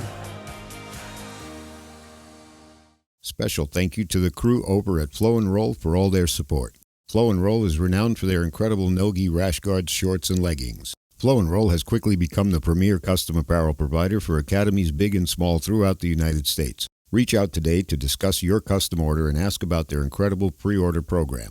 You can send an email to flowandroll@gmail.com or visit their Instagram at flow_n_roll and shoot them a direct message. And yes, they can create an awesome custom gi for your academy as well. Visit flowandroll.com to check out their awesome designs, and remember, you'll get 20% off your purchase of t-shirts, rash guards, or gis with code JJD. Coach, you want to give them your IGs? Tell everybody where you're, where they can find you. Yeah, no, absolutely. Find me on Instagram. Just look for ROZD, and it's gonna come up. Yeah, you're the only one that spells your name with my two last Z's. name is long and very Polish, and but Rozdzynski BJJ. If you look it up on the Instagram, I'm very active on there. Answer all the questions. Drop me a message. I'll be happy to answer. I always engage, and then check out my podcast, the RõL Radio. Awesome, thank you. Give it to him, Ben. All right, ladies and gentlemen, read the resume. We're right here. If you are in North Palm Beach and you're looking to train mixed martial arts, Brazilian Jiu-Jitsu, Muay Thai, come by American Top Team Palm Beach Gardens. If you like the dope shirts you see me wearing on this show, I don't know where's my mic. Go to hammerjujitsushop.com, get yourself some clothes. And if you are a cut man or coach dealing in the combat sports world and you want some of the absolute best gauze and tape coming soon, check out Fight Tape US on Instagram. We're not selling just yet. We're getting our platform set up, but that we should be available in the next few weeks. That's fighttape.us. Actually, no, it's Instagram. Fight Tape US. No dot. Where are you? Any upcoming commentating gigs? Any fights coming up? Let me tell you, friend. Quickly, because Christian's over there giving us April get 5th, the fuck out of here, son. March 15th, Rise of Warrior, Fort Pierce. April 5th, Combat Night, Kissimmee. April 26th, Combat Night, Fort Lauderdale. Come watch the best fighters of the future. Can we get the owner of Combat Night in here? We talked. I think I had to cancel on him. One of us canceled. I think around COVID times, and we never had him on. It would have been Zoom. I'm sure, but I would love to. I don't know how busy he is when he comes. I'm sure he's super busy. But if we could do a pod, let him know. Bring him in, cool. and or maybe if you're a fighter that's going to fight, let's do it a week before so we give him some time. But if you want to bring somebody down, for sure. So let me do my quick shout outs and then we'll get out of here. So don't forget to check out Academy Safe. Right, that's where we're registering. Well, Academy Safe is a nonprofit. You can go to academysafe.org. We are registering coaches and academies around the country. We're mandating background checks, U.S. Center for Safe Sport certification, concussion training, and then a whole slew of things that keep your academy safe. There are 8 points, including security cameras, CPR certifications, things like that. So check us out. We've got some very interesting announcements coming up on, I think I might have mentioned it earlier in the podcast about some new board members. But you can donate to the cause. There's a GoFundMe and a PayPal link right on the homepage. But get your academy signed up. You want a background check, all this stuff that's been happening. You've seen the stuff that McDojo's been putting out. Crazy stuff going on in New York and upstate New York to the point where they're now like introducing legislation to make it mandatory to do background checks for any organization that's dealing with kids, like aftercare programs, kids, things like that. So it's not just martial arts, it's, dance classes and after school programs and things like that. So it's coming whether you like it or not. So get your background checks today. BioPro.